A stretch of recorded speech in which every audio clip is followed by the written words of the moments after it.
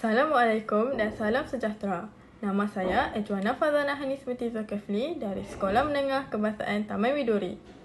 Hari ini saya ingin berkongsi tentang sebuah novel misteri yang sangat menarik bertajuk Bayar Sofia Hasil Karya Taimiatullah.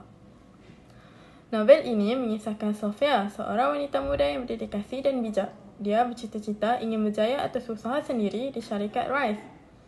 Namun, hidupnya mula berubah apabila dia bertemu Danny, seorang atlet tinju terkenal yang tanpa disangka-sangka mengaitkannya semula dengan masa silam yang penuh rahsia. Sofia sebelumnya pernah terikat dengan sebuah organisasi misteri yang pernah membantunya suatu ketika dahulu.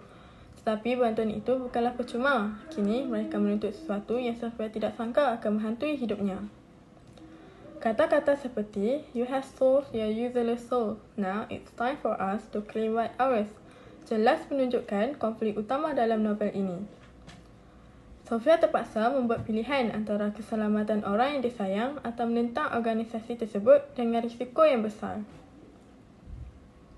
Apa yang menarik tentang novel ini ialah gabungan elemen fiksyen, thriller dan juga isu kesihatan mental. Kita dibawa menyelami ketakutan, tekanan dan dilema yang dihadapi oleh Sofia. Seolah-olah kita turut berada dalam situasi yang menyesakkan itu. Saya memilih novel ini kerana memang saya minat genre misteri dan thriller. Jalan ceritanya penuh kejutan dan gaya penulisan Taimiatullah sangat memikat. Ia juga mengingatkan kita bahawa setiap pilihan dalam hidup ada harga yang perlu dibayar. Bayar Sofia bukan sekadar kisah misteri, tapi juga kisah perjuangan diri, keberanian dan pengorbanan.